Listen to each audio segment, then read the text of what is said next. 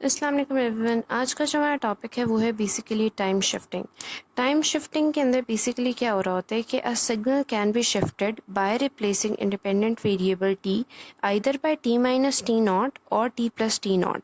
इसका मतलब क्या है कि या तो आप इंडिपेंडेंट वेरिएबल टी में से एक टी नॉट वैल्यू सब्ट्रैक्ट कर सकते हैं और आप इसमें ऐड भी कर सकते हैं।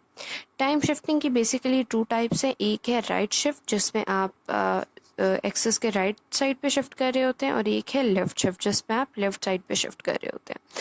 जो राइट शिफ्ट है उसको बेसिकली हम कह रहे होते हैं टाइम डिलेट। अगर यहाँ पे हम इस एग्जांपल को देखें तो ये हमारे पास टाइम डिलेट सिग्नल की एग्जांपल है और ये राइट शिफ्टेड भी है।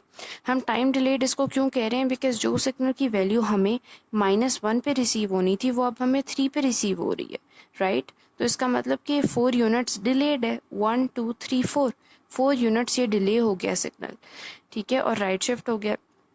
अच्छा, उसके बाद हमारे पास है टाइम एडवांस। टाइम एडवांस्ड हमारे पास बेसिकली लेफ्ट शिफ्टेड सिग्नल है, यानी कि that is basically arriving early, यानी जो सिग्नल की वैल्यू हमें ओरिजिनली -1 पे मिलनी थी वो अब हमें -5 पे मिल रही है। मतलब कि ये जो हमारे पास सिग्नल है वो 4 यूनिट्स अर्ली अराइव हो गया, ठीक है।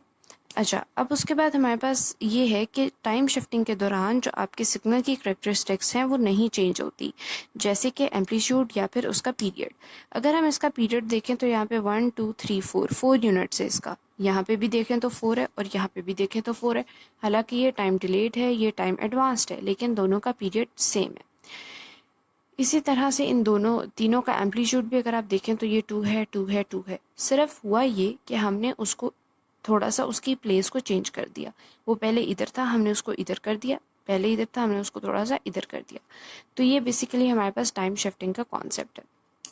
अब अगर हमारे पास ये सिग्नल गिवन है और हमें कहा गया है कि आप इसको 4 यूनिट्स डिले करके दिखाएं, यानी ये सिग्नल आप हमें ड्रॉ करके दिखाएं, तो उसका हमारे पास क्या तरीक़ेकार है कि जितने यूनिट्स हमें डिले करना है, यानी यहाँ पे हमें कितने यूनिट्स डिले करना है, 4 यूनिट्स, तो हमने सिंपली हर टाइम इंस्टेंट के अंदर उतने यूनिट्स को ऐड कर देना है। जैसे कि यहाँ पे हुआ है कि -1 + 4 क्या आता है हमारे पास 3। तो -1 पे जो वैल्यू थी वो हमने दूसरे नए ग्राफ के ऊपर 3 पे डाल देनी है। फिर हम देखेंगे 0 + 4, 0 + 4 इज़ बेसिकली 4। तो यहाँ पे 4 के ऊपर क्या वैल्यू है, 2 ही है, हम वहाँ पे डाल देंगे, 2 पे कर देंगे। और इस तरह करके हमने हर टाइम इंस्टेंट के अंदर जितने यूनिट से हम डिले करना चाहते हैं वो वैल्यू ऐड करनी है और उसको एक और ग्राफ के ऊपर प्लॉट करते जाना है।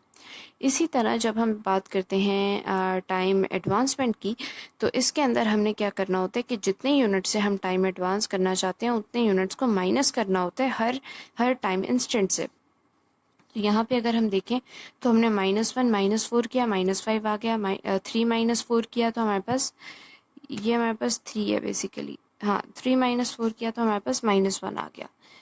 तो ये होती है बेसिकली टाइम शिफ्टिंग। तो आई होप कि आप लोगों ने इससे कुछ ना कुछ सीखा होगा। अगर आप लोगों के कुछ सजेशंस हैं तो उनको कमेंट सेक्शन में बताइएगा। I would be happy to note them. तो थैंक्स फॉर वॉचिंग।